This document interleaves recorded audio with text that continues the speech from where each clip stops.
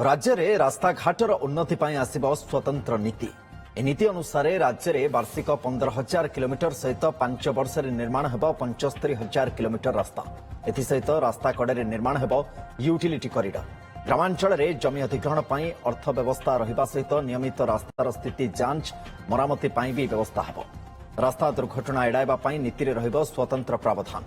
आज एक समीक्षा बैठक पर एने सूचना देइछन्ति पूर्त मंत्री पृथ्वीराज हरिचंदन। सरकारी अनुमोदन पर यह कार्यकारी हेबो बोली से कहछन्ति। जो कथा आमे कहिथिलु जे 5 वर्ष भितरे आमे 75,000 किलोमीटर रास्ता निर्माण करियो बोली सब विभाग मिसिकी से भली दिगरे एक रास्ता पॉलिसी अत्यंत अभिनव भाव सरकार आनिबार प्रक्रिया आरंभ कर आज तार एक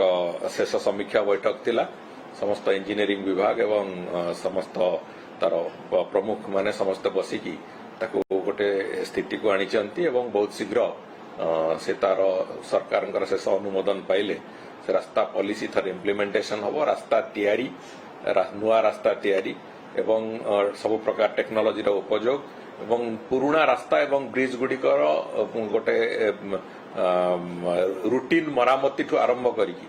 सब प्रकार कथा पाई जो डेडलाइन जो अपन जो क्रियाशीलता केमती करा से दृष्टिकोण एक पूरापूरी भाव विस्तृत नियमावली प्रणयन करने को जाऊँ।